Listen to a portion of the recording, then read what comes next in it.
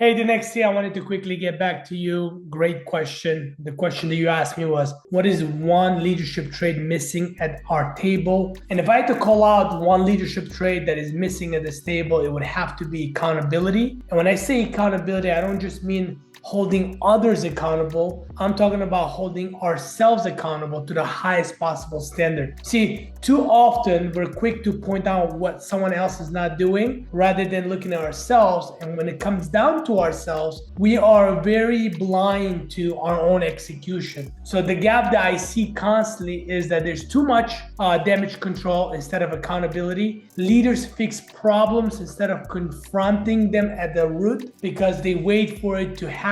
They wait too long. It's almost like knowing that you have toothache and you're waiting for the tooth to be pulled out rather than making sure as soon as you got that pain, as soon as you notice something, you go in and you attack right away. Standards are talked about in the meetings, but not always enforced in the field. A lot of talking, but very few executions, right? A lot of times we come to the meeting and people are talking about accountability, but when you follow up with them, you say, well, did you do that? And the ball is constantly dropped.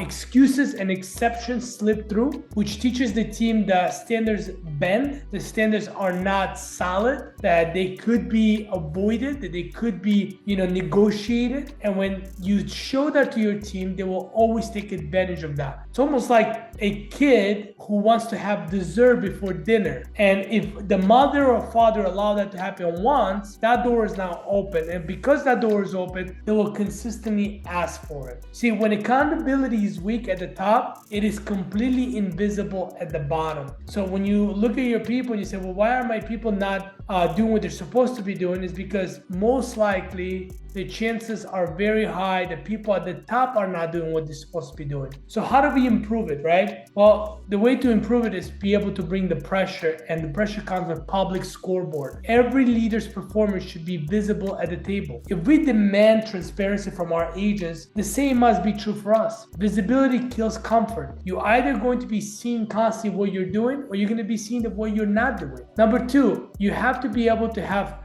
confrontation that is healthy, right? That's not aggressive, that's not attacking. And confrontation comes with accountability. See, accountability can't just come from the top down. Leaders at the table must be willing to confront each other directly when standards are missed, not in a negative way, but in a way that protects the mission. Because if you stay quiet, you're part of the problem. Number three, no soft landings. When someone at this level misses the target, we can't just excuse it. We must confront it in the same way we would with an agent. If we allow weaknesses here at the highest level, that means we give permission for weakness everywhere else. And number four, personal ownership, right? You have to have personal ownership. Each leader should come up to the table not only with the team numbers, but with their own self-audit. Here's where I led strong. Here's where I fell short. Here's what I'm doing this week to correct it. The model's accountability better than any speech. I don't know if you remember this, but a couple weeks ago, we were asked to give specific domain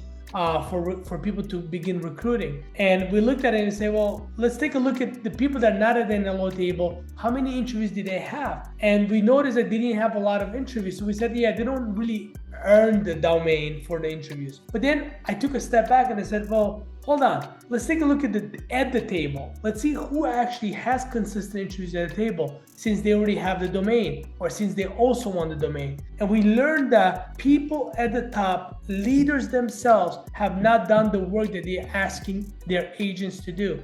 And that is the best form of hypocrisy. We don't want to be the leaders that are hypocritical. We don't want to be the leaders that say one thing and do the opposite. So accountability is not about punishment, it's about alignment. If this table does not master it, no one under us that work directly with us will ever understand what accountability is. If we strengthen the accountability in our table, then we send a clear message to the whole company that our standards are not negotiable and they start with us. So the trait that we need to build is accountability, not just downward, but upward, inward. We improve it, we raise it by creating a pure visibility. We confront each other with courage. We don't stay quiet like cowards would. We remove the soft landings and model good ownership when it comes down to getting the job done. When this table embodies accountability, the culture of X becomes untouchable. Hopefully that answers your question.